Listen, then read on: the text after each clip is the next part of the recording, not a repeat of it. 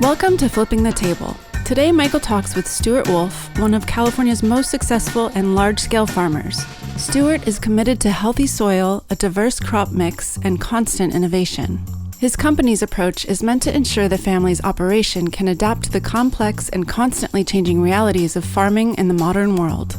He also has a vision for a new commercial crop and a new beverage category, California agave spirits. Enjoy the show. Hello, I'm a guy known for promoting the small and mid-scale farmers and ranchers as part of a regional food system.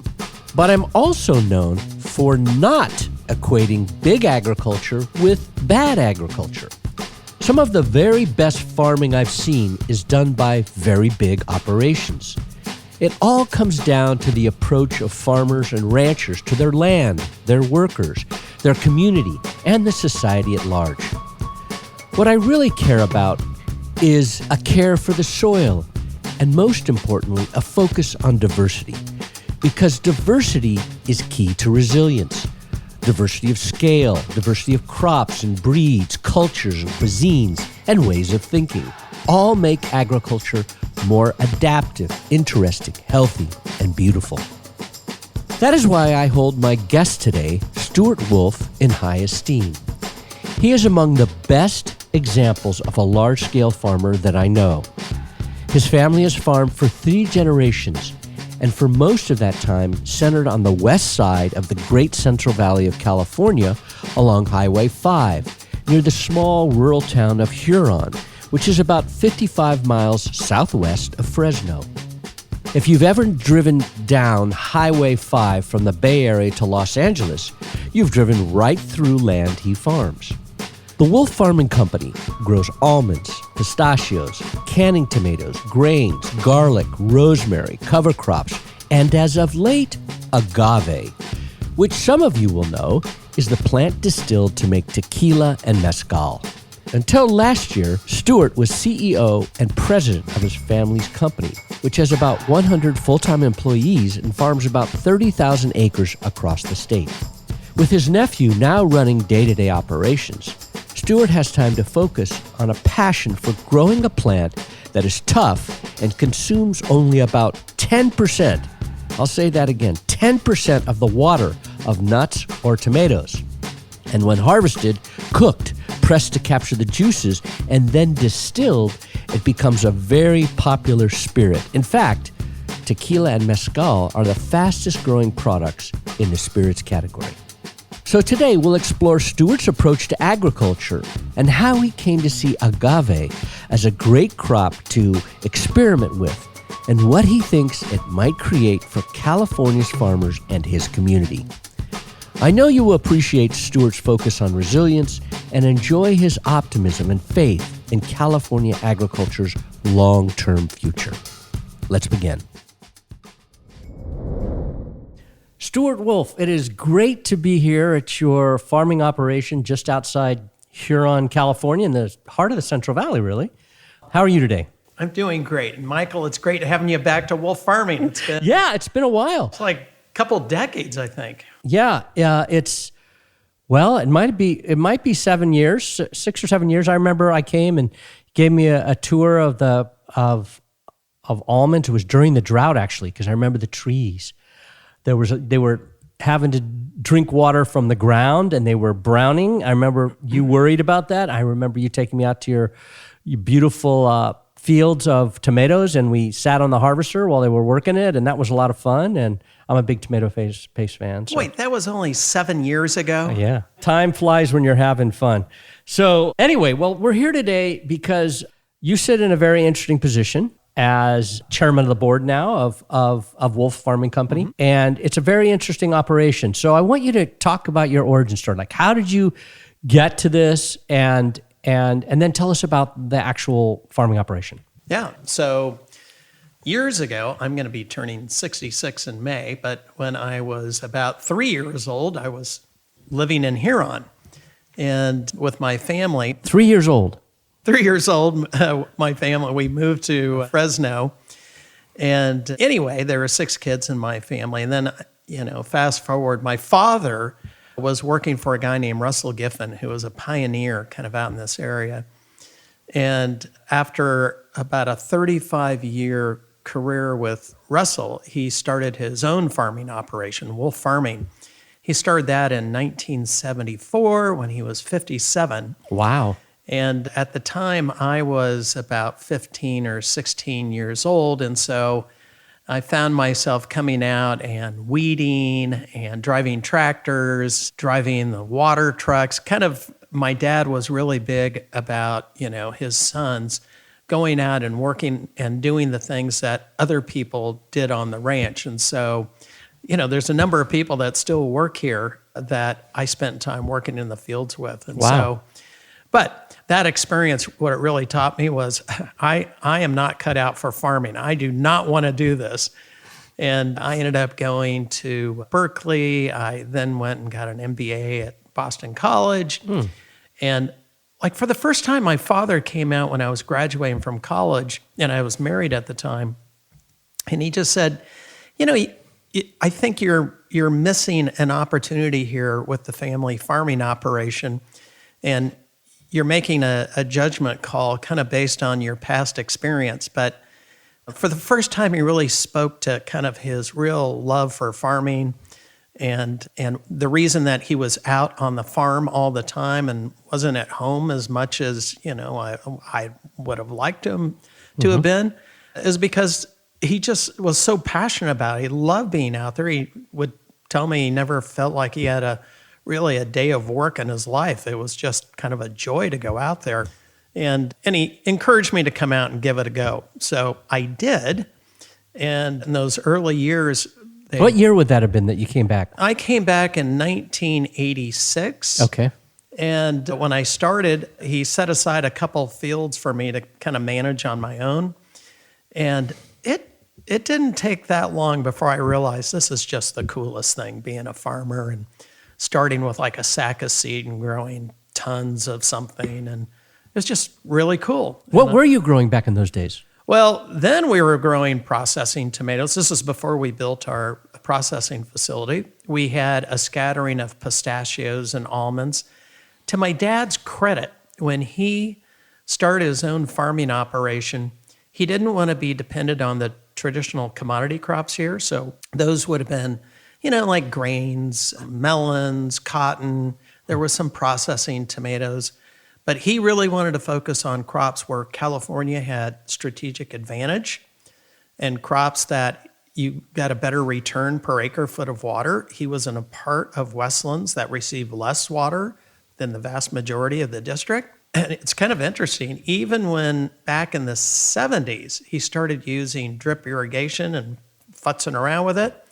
And the reason that's kind of astounding, because he was getting most of the water he needed, but he still saw it as a limited resource, and we were still, we could suffer from droughts and all this kind of stuff. So he was kind of an early pioneer in that, but he believed in changing his crop mix to crops that were far different than what were being grown here. So an early interest in diversity. Why don't you describe the operation today, like all the different things that you guys do? Yeah, so today, we really have a couple primary crops, and those would be processing tomatoes, pistachios, almonds, and then we rotate crops like garlic, sometimes some onions, not too often, but grains. And of late, because we don't have enough water to farm all of our property, we're cover cropping several thousand acres that we just include into our overall rotation to improve soil health and that. But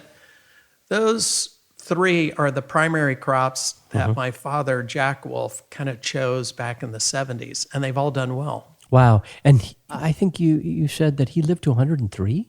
Well, just shy of 103. He almost made it to 103, and he was out at the ranch kind of up till the last couple months of his life, because this is what he just loved doing. Even when he turned in his license at 100, and he had a driver, but he would come out to the ranch, and you're actually looking at his office right here. So. Oh, wow, yeah. I'm in his office looking up over your shoulders at the pistachio field out there, and you were just telling me there were a bunch of sheep in there until recently. Yeah, so a lot of our pistachios on the ranch were we're letting the centers go and the weeds go. And I should say we planted some cover crops out there, but then we sheep them off instead of using herbicides and all that kind of stuff. Yeah, I was just at Craig McNamara's. Sure, great guy. Yeah, great guy. I was at his walnut ranch last Thursday, and there were sheep. They had sheep out there on the fields because his son is now raising a lot of sheep. So for the same reason,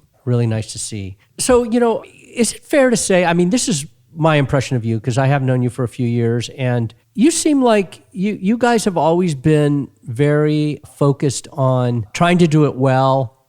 And you don't fit the stereotype of many people that are in the world of wanting to change food systems as the big grower that's doing bad things. You've never been that in my mind.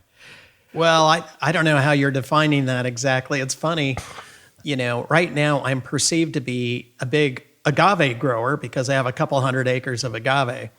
Which we're going to get to. Yeah, and I think some of the people in that industry look at me as like the big guy to be anxious about or whatever. But no, my dad had this whole thing about, you farm every acre as if it's your only acre.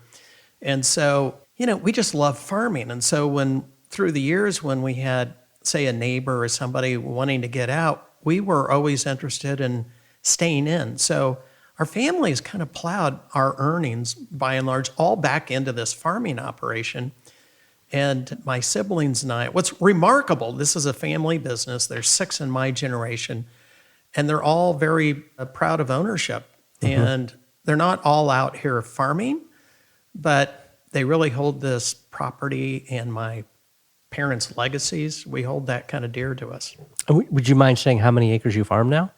Well, we farm in total about 30,000 acres, plus or minus. The home ranch, and really the stuff in Westlands, represents about 20,000 acres. Mm-hmm. And we started moving some of our more water-intensive crops out of this area where we really struggle here. And we started planting, for example, almonds in other regions of the state where there was better water resources and groundwater.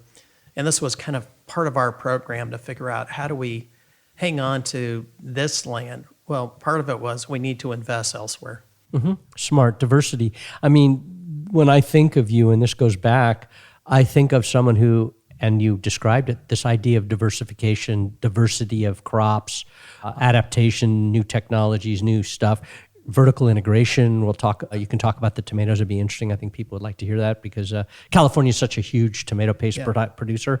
Yeah, why don't you just talk a little bit about the tomato paste operation? Sure. So this region, Fresno County, is the most productive tomato growing region in the world. And we have a very long season. And there are a lot of larger farms in this area. And I'll touch on why that's so important. If you're going to buy a commercial tomato harvester, that's going to run you about $550,000 to $600,000. And all it does is harvest tomatoes for about 100 days every year. So you have to have the acreage and the tonnage to go through one of those machines in order for it to be cost effective and efficient and what have you. And so because we had larger farms out here and we have kind of the perfect soils, we're in the right latitudes. Thing about the Central Valley, it's from a farming perspective, you have all these alluvial soils that came out of the coastal range and the Sierras, and it's just this great patchwork of soil here. And, we have an entrapped air basin, and so we do end up with a lot of pollution and what have you that just stays in the valley.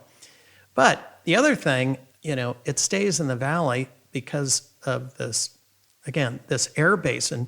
But if you think of it like a giant greenhouse, this is like I believe it's the most productive region in the world for the diversity of crops it has and the yields we can get and the long, hot summers and the irrigation. It's just incredible. And when I have friends from the Midwest or from other countries that come here and visit, it just kind of blows their mind, It is. I was driving in today, came over from the East Bay area, and just driving through the fields. It's a beautiful time of year because it's so green.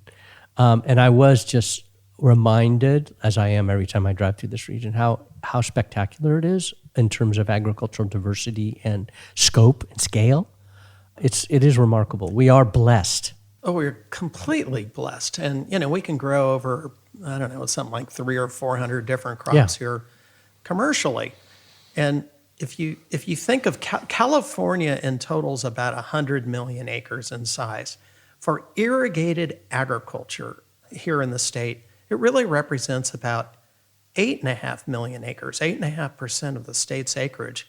But we produce a bounty that, feeds much of the nation. Mm-hmm. And the nation has a couple 100 million acres of farm ground.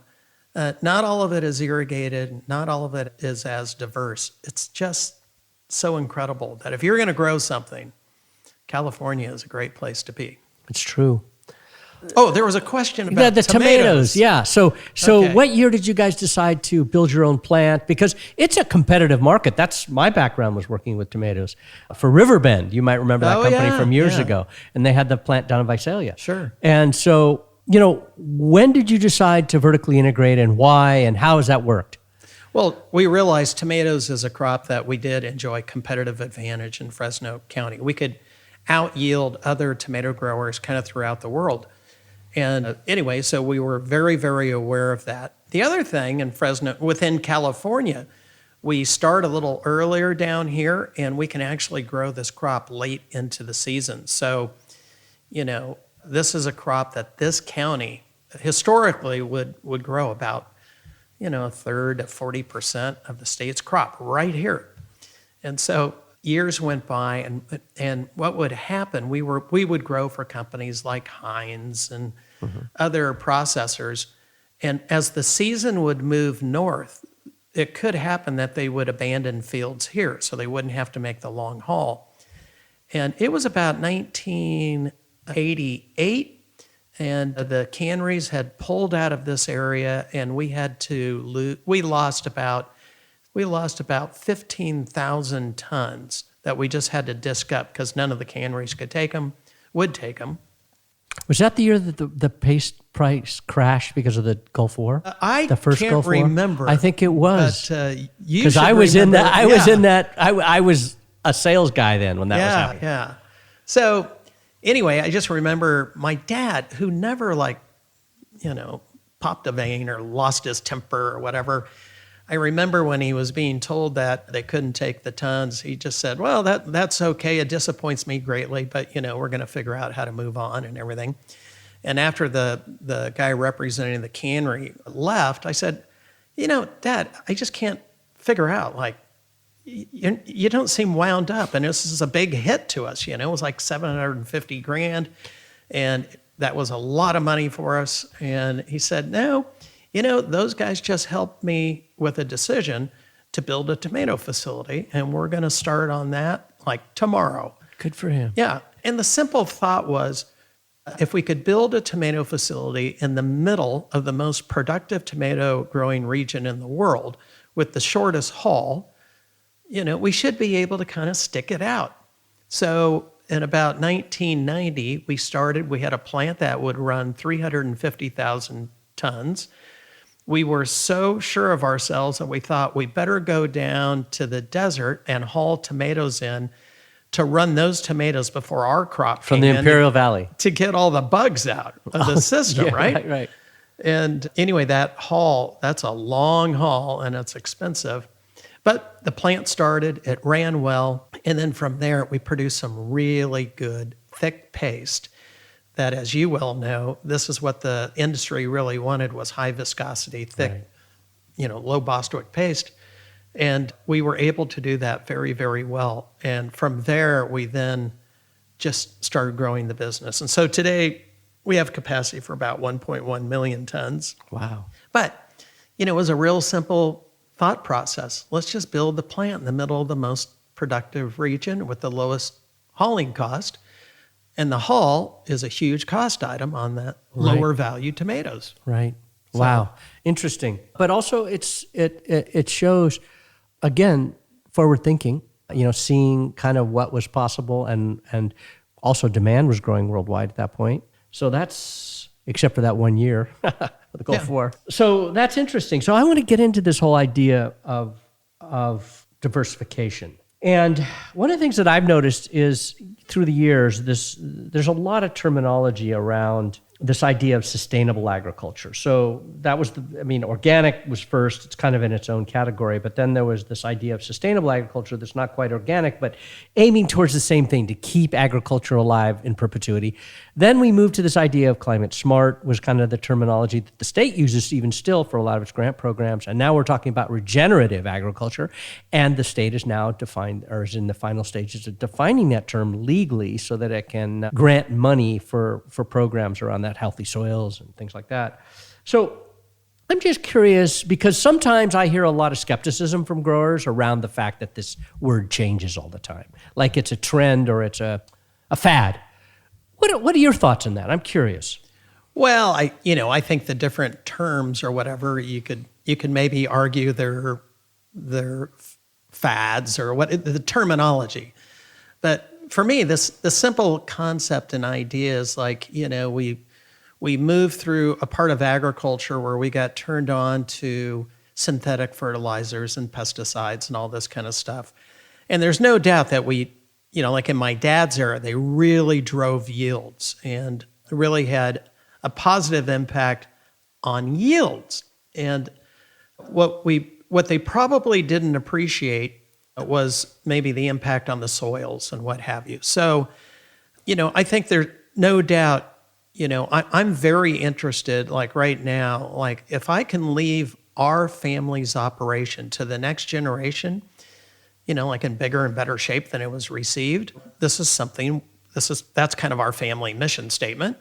But I think if I can improve the soils, even if it's the same land base and it's not larger than or whatever than it was received, I think what a cool thing. Mm-hmm. If my kids ended up with ground that was even more productive, had greater ability to retain moisture, So for me, that's not a fad at all. I think that's like a really cool thing to be looking at soil health.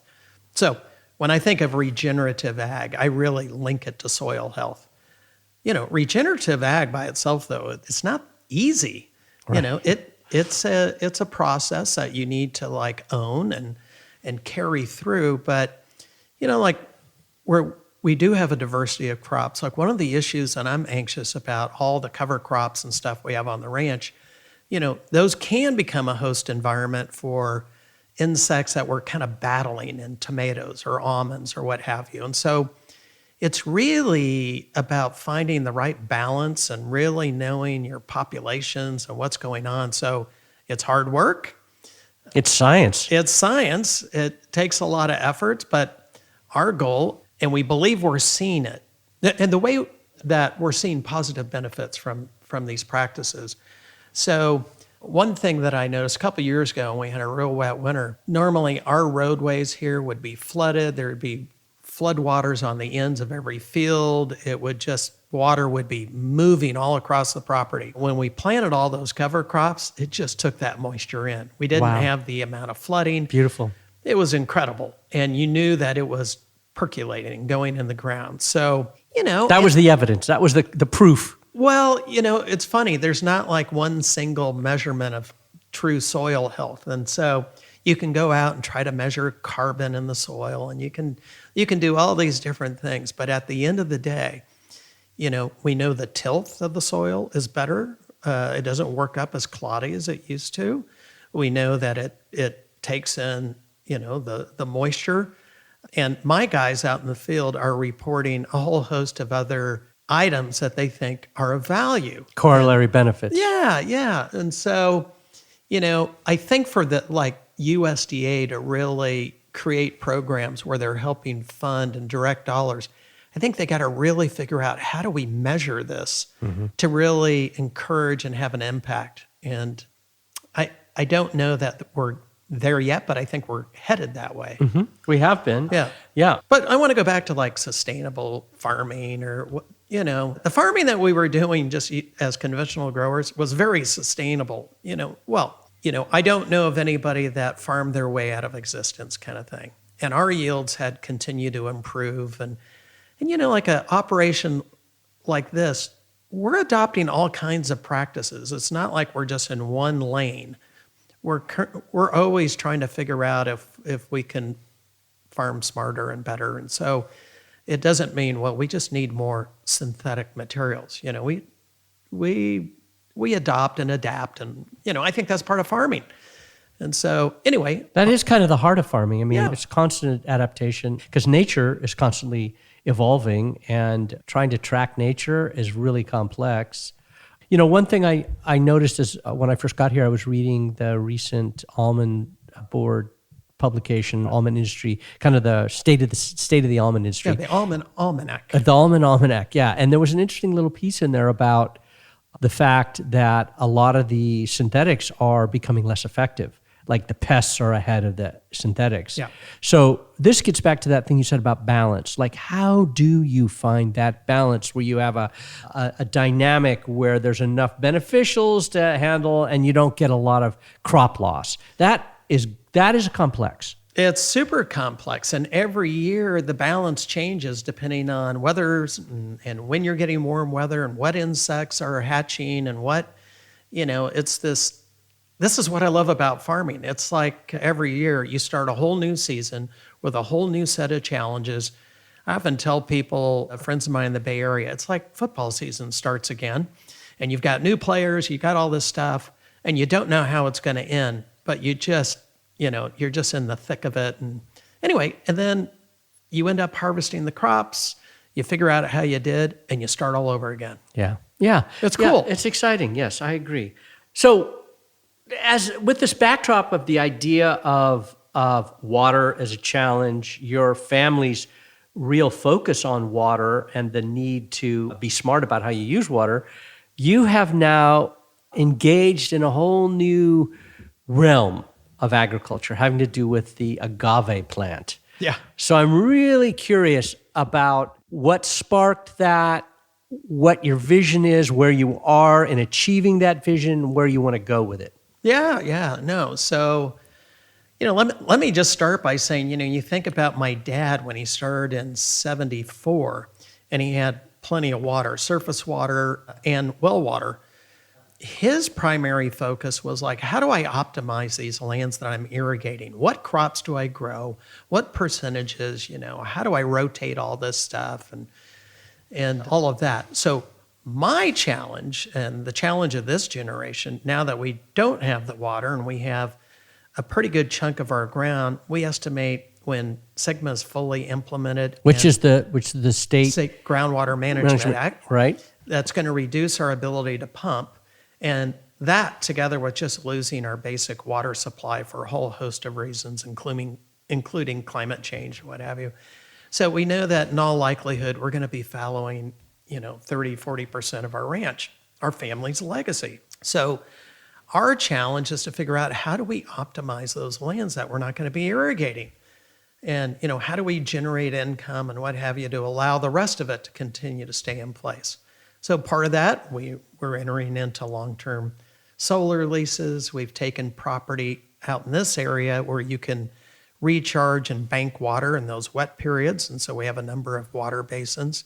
I think I said earlier, we moved some of our water-intensive crops off of this ranch. What else? Well, I know I'm leaving something else out, but eventually I got to a point where I was thinking, I just need a good, water or drought-resilient crop that I could grow that, we can utilize on some of this ground. It just so happens I really like tequila and mezcal. Mm-hmm. And one night at home while I was tasting and giving serious thought to what I like best, the thought occurred to me, like, why aren't I trying to grow this crop here in California, where we have a lot of dry weather, we have a lot of attributes that they have in Jalisco, Mexico, and what have you. And I thought, I'm gonna take like a couple acres, set them aside, and have a test plot with like 12 different varieties, which I did. Wow. What year was this? That was probably 5 years ago. Okay. So 2020, June of 2020. Mm-hmm. During the pandemic. Yeah, during the pandemic. Yeah. So this was just kind of a fun project. I planted those things. Pretty much all of them did well. The other thing, I did a real in-depth study, which means I got in my car And I just drove around the west side. I drove around my neighborhood looking for agave plants. And surprisingly, they're kind of everywhere, and unless you're looking for them, they're just part of the landscape and you never notice them. I have them on my street. Well, I'm sure you do. Because that was built in 1907, my street. So a lot of families were growing it then. Yeah. And we have a lot of largely Latino rural communities in the area. And a lot of times these community members bring plants with them. And don't tell Karen Ross. Anyway, they get here somehow or another. But you drive around these towns and they're agave all over the place. And I would find them in areas where they weren't being irrigated and they were thriving. So it really caused me to take the next step. So now at the end of probably here in the next couple of weeks, we will have about 450 acres planted. Wow. And that equates to about 500,000 plants. Wow. Now, those would have been planted over a 3-year span. So call it 150 acres a year to make things simple.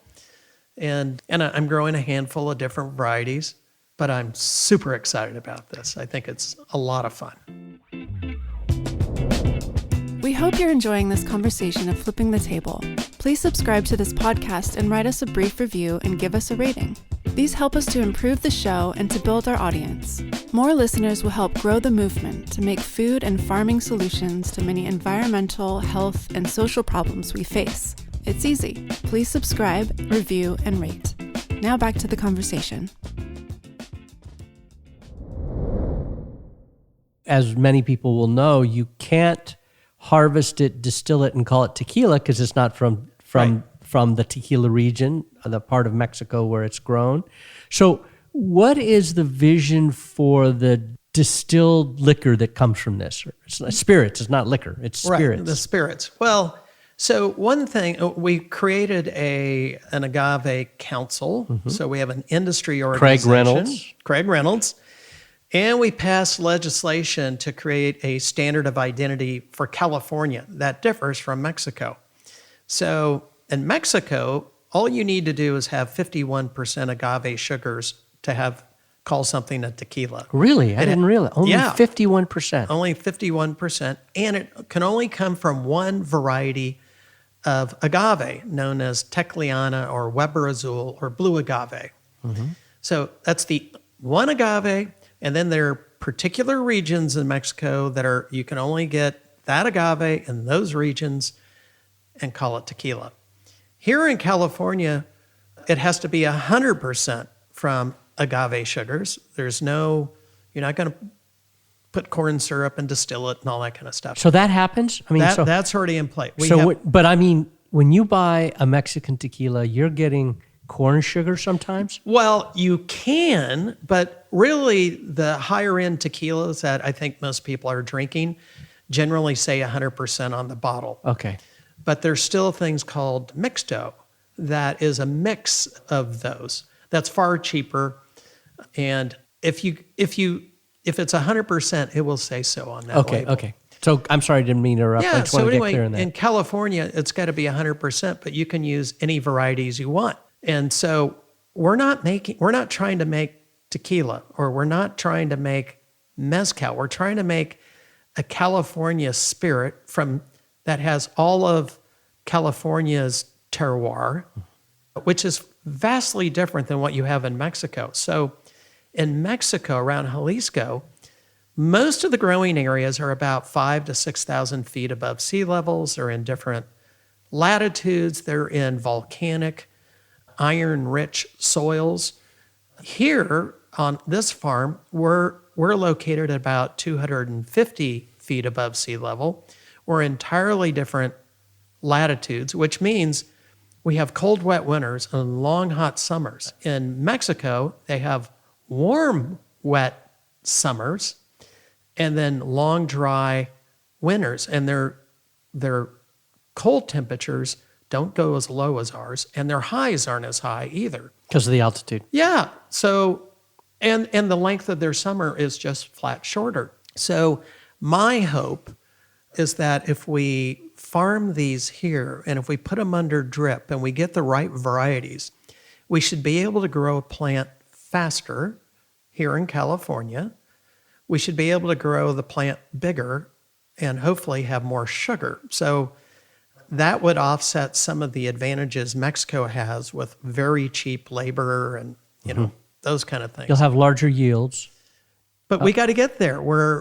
So you're in the experimental stage. Yeah, we're still figuring that out. And we have found people that have plants that have matured. We've had some really terrific yields and plant size and sugars. And so it'll be interesting to see. But the whole point of this, we're not trying to make tequila or mezcal. We're trying to make, an agave spirit that will be unique to California. I think that's exciting. Yeah. And so obviously the sugars are important because you have to distill it, and that's how you get to the alcohol. So why don't you talk about the state of the distilling industry and that piece of the puzzle? Well, that's a great question. We just had an agave symposium, and one of the messages there, we're doing a great job planting this crop, and people are successfully growing it and planting more and more. So our acreage is increasing, but we really don't have enough processing or distilling capacity in the state to handle this crop, all of it. And the trend line would suggest we've got to see additional investments in distilling capacity. We're also hoping that maybe this crop can be used to make biofuel. It makes ethanol. So, we're also hoping that the leaves and the fibers in there can be used in some way for textiles or other things. But the first entry to kind of a channel for sales seems to me that our easiest path right now would be for distilling. And California isn't alone in trying to grow agave outside of Mexico. This is happening in Texas. I just shipped a container to Hawaii. It's happening in Israel. I have friends now in Australia, and we're all trying to create kind of our own spirit with our own terroir.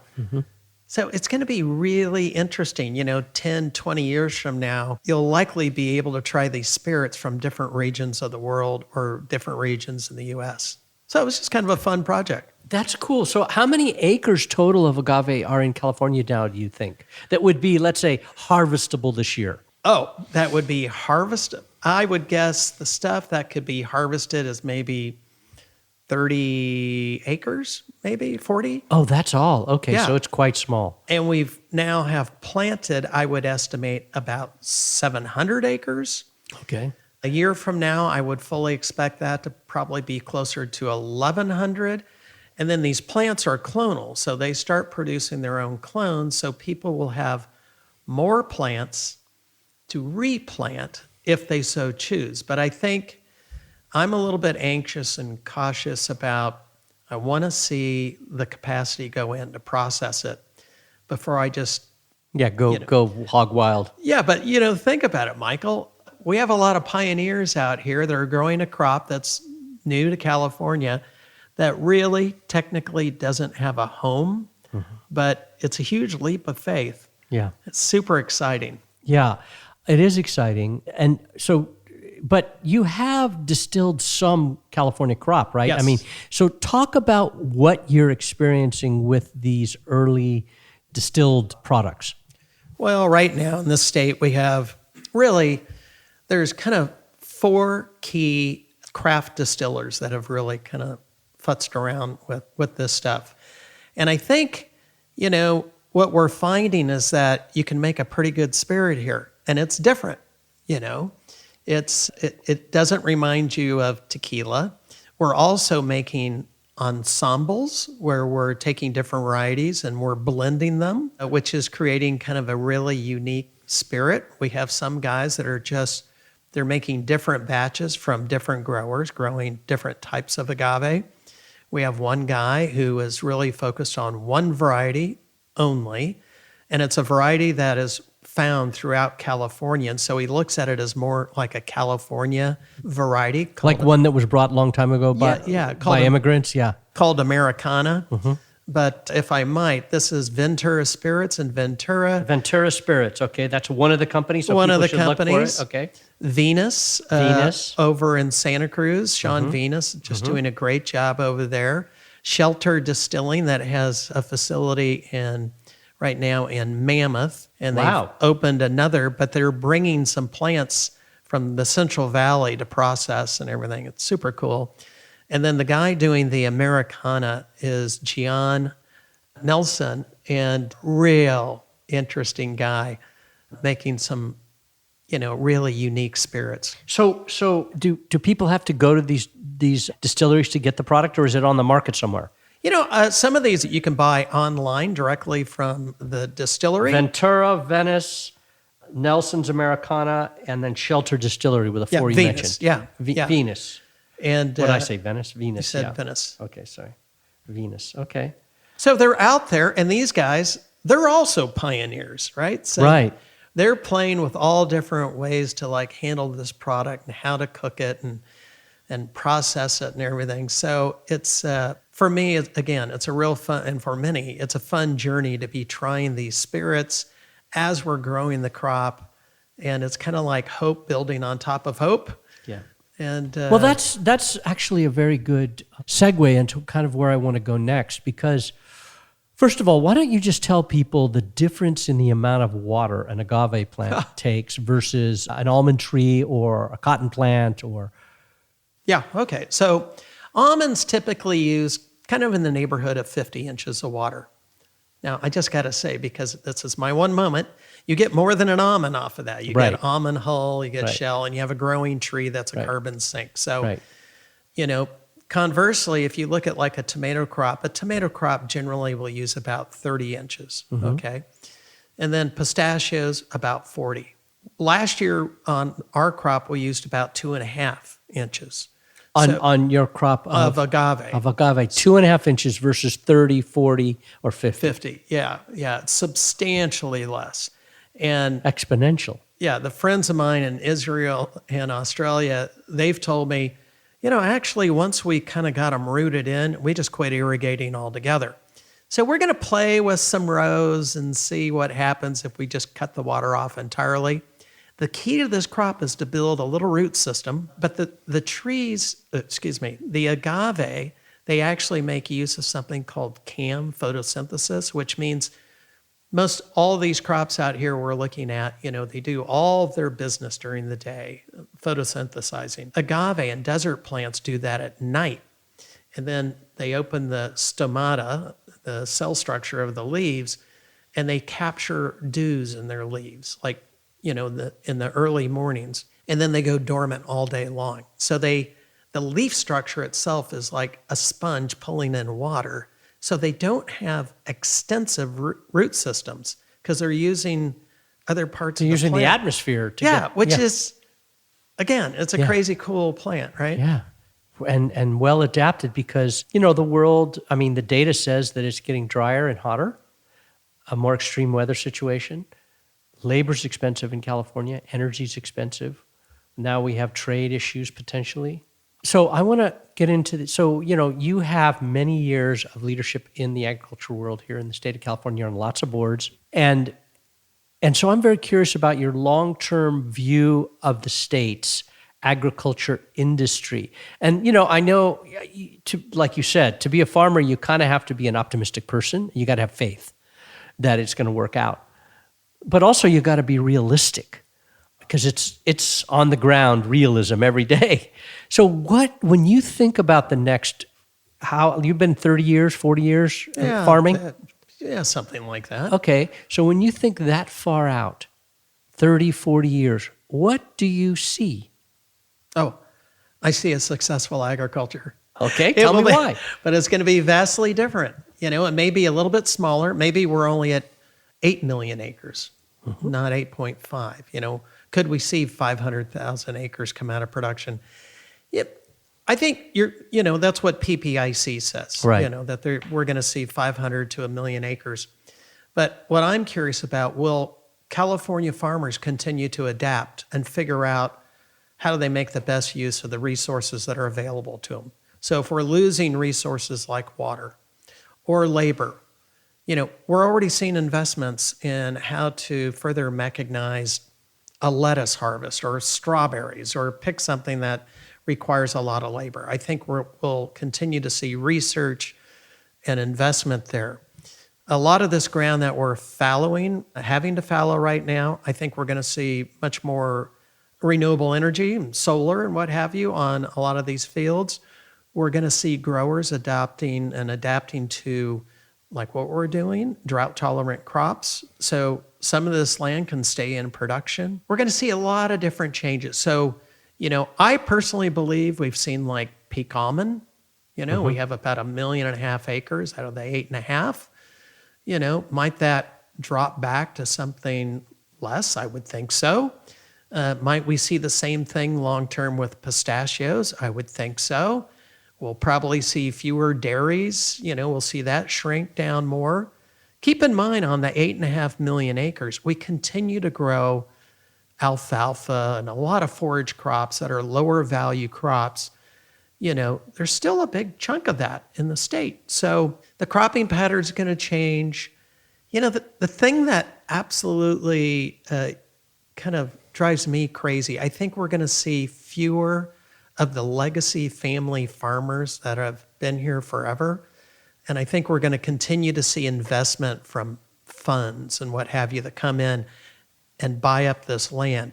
Again, this land, it really is kind of a national treasure. It's, as I mentioned at the start of this thing, it's the largest body of the most diverse and strong farm ground and the right latitudes with the mountain ranges and everything. It's just perfect. And I think it's going to end up in fewer hands. And a lot of people think, well, it's just the large guys squeezing out the small guys. There's a lot more to it than that. Quite frankly, we like having the small guys at our processing plants. We also are in the almond processing business, and we represent a lot of smaller growers there. And we rely on other growers to grow tomatoes that bring crop here. I would much rather be relying on a family farmer than I would with an investor out of Chicago or something. Nothing against the investor there, but that family farmer will typically be in the valley. He'll be living here. He'll be giving back to the valley. I think that's the thing that I really am kind of puckers over. Yeah. Because I know friends and neighbors that are thinking, I don't want my kids to do this and have to deal with all of this and everything. It's capital intensive. It's risky farming. If you're not integrated or if you're not at scale, it's a harder game. And believe it or not, in this state, we have a lot of regulatory kind of issues and reporting. It's just an expensive place to farm. So you got to be really good. You got to be thinking, you got to have a long-term vision and view and a strategic plan and be thinking about how to change it. And if you're relying on others to figure out, how you're going to survive, that's going to be a tough road. I think you got to adapt. California has an unfair advantage. It has the natural resource base, as you've described it so well, but it does have a disadvantage when it competes against many other places in the world because of environmental law, because of the labor restrictions, the cost of labor, which in my view, it's good that farm workers are paid more because they have lived in poverty. And it's nice they're getting paid more. I know it's harder on the growers. I know a lot of my organic farming friends who were really resistant to the increase in pay for farm workers because of the impact on their businesses. But that's a challenge that we have. That's one of the realities of our world, that we have this demand for low-cost food, which one of the few places farmers have control is over their labor costs. So it's a tough battle, I understand. But I'm heartened to hear that you think there is a bright future. I do believe that agriculture is incredibly adaptive, and as long as we keep having good investment in science and the science, because as you explained, and I see in many different areas, to be a really good farmer, you have to be kind of like a Renaissance person. You have to understand science and business and human relations. It is not easy. A lot of businesses don't have as many variables, it seems to me, because you've got climate on top of it all. So it's a pretty amazing thing, and California has done well. We have less farmers than we used to. We have less farmland. So there are considerable challenges, but I'm glad to hear you say that you think there's a bright future, but it won't be easy, because it's never been easy. It's never been easy. Yeah, it's a tough world. So, but I'm really excited that you're going to get into this agave world. I think that's going to be quite interesting, and it will be interesting to see in 20 years. Is this like the beginning of what Napa Valley was in the 1950s and 60s? I mean, it's quite interesting, and it could turn into something. And people aren't drinking wine like they used to; they're moving to spirits, and so maybe you're going to ride that big wave. Well, we'll find out, I guess. But no, I think the wine example is kind of what we're looking at. When California arrived on the scene with like really good wines, and what was it, 76, the Judgment of Paris or whatever, I think that just kind of shocked everybody. But today, if I'm buying a bottle of wine, I mean, I totally know like if I'm interested in a California wine, which I think is going to be very different than something from France or Spain or what have you. My hope is that, we're all going to explore some of these categories of spirits and develop, I think it's going to be really cool to sit back and try like a spirit from Israel versus Australia versus Hawaii versus California. That was interesting about Hawaii. I didn't know about Hawaii. It'll be very tropical. It's a great, believe it or not, it's like this great area for some of those varieties. And wow, it's super cool.